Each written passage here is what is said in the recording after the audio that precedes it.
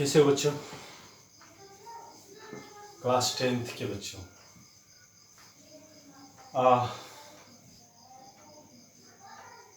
बीच में थोड़ी बहुत गैपिंग रही कुछ प्रॉब्लम की वजह से, इसके लिए आई एम सॉरी।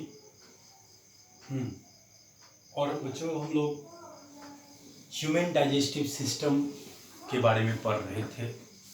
आज मैं अपने स्टडी रूम से ही क्लास दे रहा हूँ आपको, क्योंकि हमने डायग्राम के विषय में सारा कुछ बता दिया था।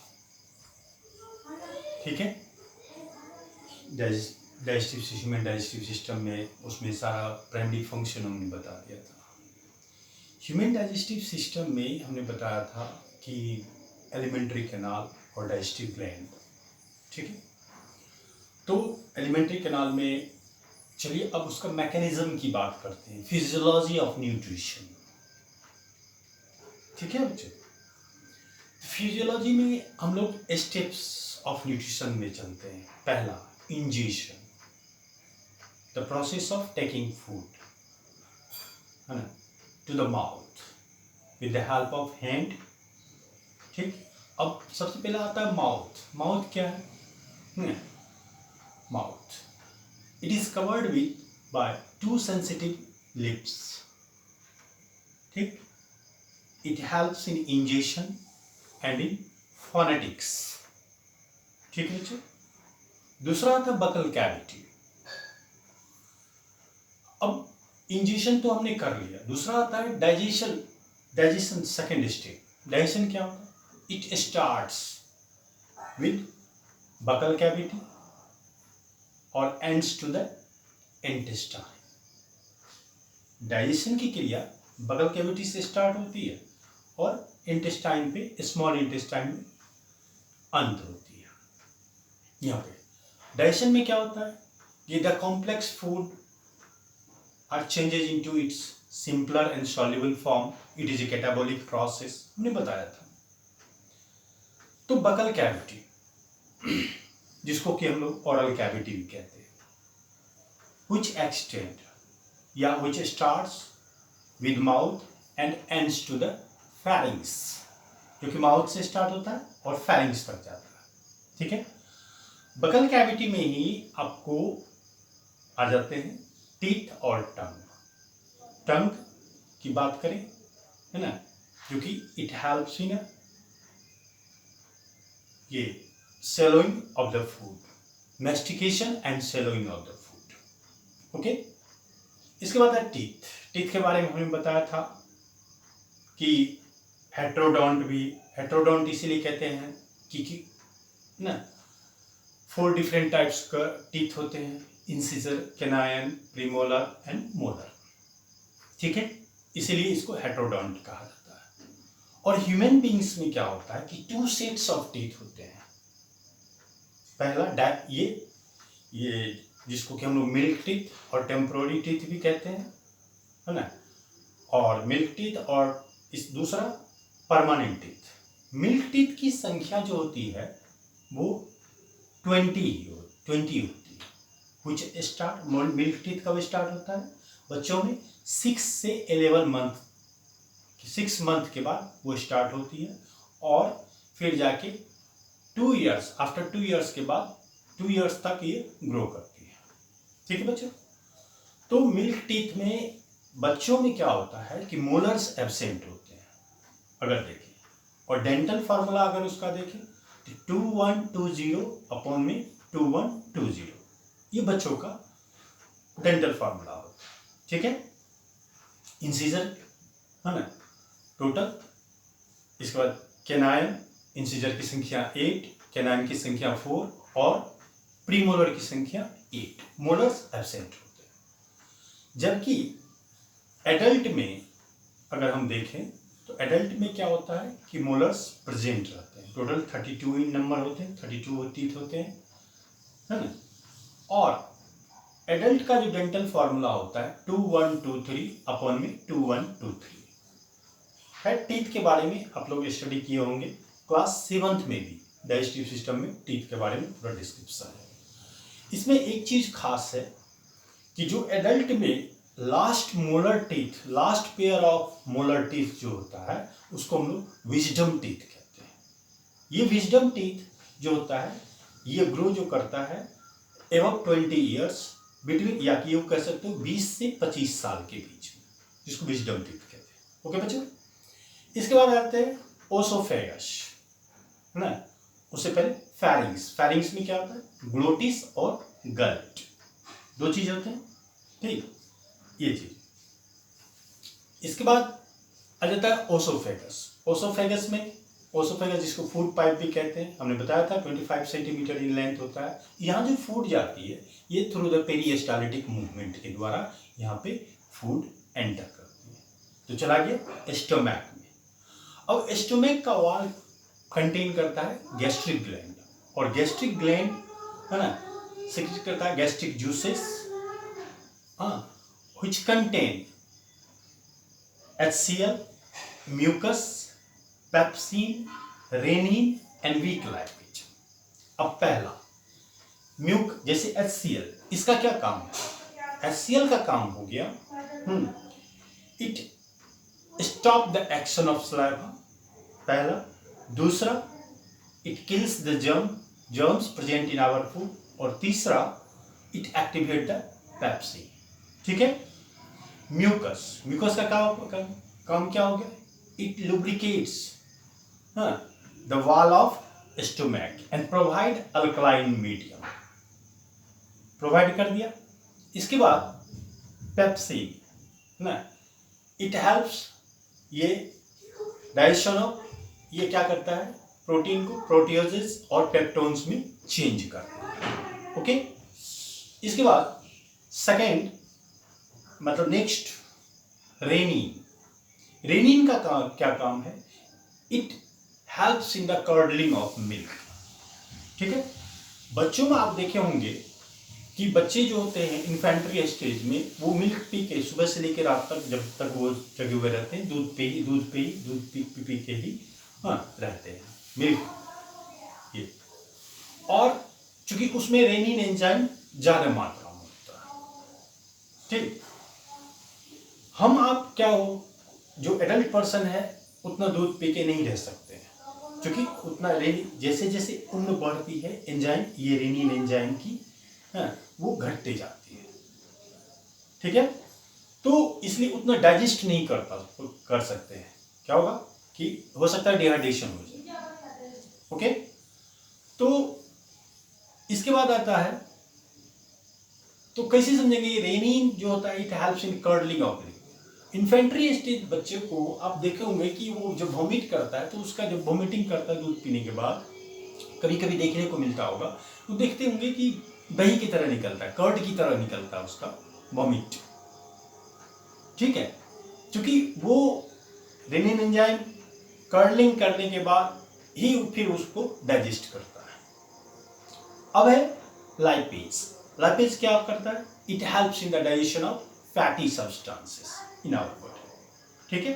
तो ये थे आपको गैस्ट्रिक जूसेस जो कंटेन करते हैं HCl, mucus, pepsin, rennin and weak lipase, उसके फंक्शन। ठीक है। लाइपेज हुआ fat, it change into fats, into fatty acid and glycerol में चेंज करता है। अब आपको ये देखेंगे इन स्मॉल इंटेस्टाइन में, यहाँ क्या होता है कि इन स्मॉल इंटेस्टाइन में स्टोमक के बाद की अगर बात करें, तो इधर से इन्हें ये आपको ड्यूडेनम में हमने बताया था कि लीवर जो गॉल ब्लेडर कंटेन करता है, वहाँ से बाइल जूस का सिक्रीशन करता है, वो स्मॉल इंटेस्टाइन के ड्यूडेनम में आता है, जो कि इंटीरियर पार्ट है। और इधर से पैंक्रियाज पैंक्रियाटिक जूस का सिक्रीशन करता है। पैंक्रियाटिक जूस कंटेन करते हैं trypsin, pancreatic amylase, pancreatic lipase. ठीक। तो in small intestine your food is mixed with 3 digestive juices, you कह सकते हो। पहला जैसे बाइल जूसेस ऑफ लीवर, दूसरा पैंक्रियाटिक जूसेस ऑफ पैंक्रियाज, और तीसरा intestinal juices of intestine, intestinal gland. अब bile juices, bile it neutralize the acidity of food coming from the stomach and emulsifies ठीक। इमल्सिफाइड, हमने इमल्सिफिकेशन बताया था कि the larger fat globules changes into its smaller fat droplets, the food becomes emulsified and the process is known as emulsification. ठीक है बच्चों, यहां तक। इसके बाद है pancreatic juice. Pancreatic juice contain करता है number of enzyme like trypsin, pancreatic amylase and pancreatic lipase. अब ट्रिप्सिन क्या है? It helps in the digestion of peptone and starch. ठीक है, it helps in the digestion of peptone and starch. दूसरा है आपको पेंक्रियाटिक एमाइलेज। ये क्या करता है कि it helps in the digestion of fats into peptides, maltose and isomaltose. और तीसरा आपको pancreatic lipase, it helps in the digestion of fatty acids, ये करता है। अब now intestinal juices. Intestinal juices also contain a number of enzyme like कह सकते हैं aminopeptidase, intestinal amylase, maltose, isomaltose and lipase, ये एंजाइम कंटेन करते हैं। और ये व्हिच हाइड्रोलाइसिस, अब देखिए क्या करता है, जैसे पेप्टाइड्स को एमिनो एसिड में चेंज करता है, स्टार्च को माल्टोज में, एंड माल्टोज को 2 ग्लूकोज में, एंड आइसोमाल्टोज को 2 ग्लूकोज में, एंड फैट्स को फैटी एसिड्स में। इसको ध्यान से सुनिएगा, ठीक। यानी इंटेस्टिनल जूस, जिसको सकस इंटेरिकस भी कहते हैं, contains following enzyme aminopeptidase, intestinal amylase, maltose, isomaltose and lipase which hydrolysis. अब जैसे peptides to amino acid, starch to maltose, maltose to 2 glucose and isomaltose to 2 glucose and fats to fatty acid and glycerol. So इसीलिए कहा जाता है कि small intestine is the site of complete digestion of carbohydrate, fat and protein. This is the very important question. ठीक है बच्चों, तो ये थे इंजेशन और डाइजेशन, 2 प्रोसेस। अब आएगा एब्जॉर्प्शन, फिर एसिमिलेशन, फिर इजेशन। ठीक है, क्योंकि वीडियो लंबे हो जाते हैं तो फिर अपलोड में प्रॉब्लम होती है, तो पहले यहाँ तक आप लोग लिख लो। एब्जॉर्प्शन तक मतलब डाइजेशन, डाइजेशन यहाँ पे खत्म होती है। फिर एब्जॉर्प्शन में जो हम लोग पढ़ेंगे, the wall of ileum. Absorption का क्या होता है? It occurs through the wall of ileum of a small intestine.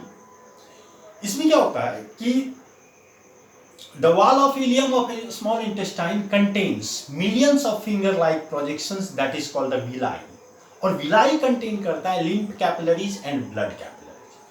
lymph capillaries क्या करता है? absorb diffusible food, ये कह सकते हैं lymph capillaries absorb diffusible food, fatty acid, cholesterol and glycerol, जबकि blood capillaries absorb water, minerals, monosugars and amino acid. ठीक है, तो ये थे एब्जॉर्प्शन के बारे में।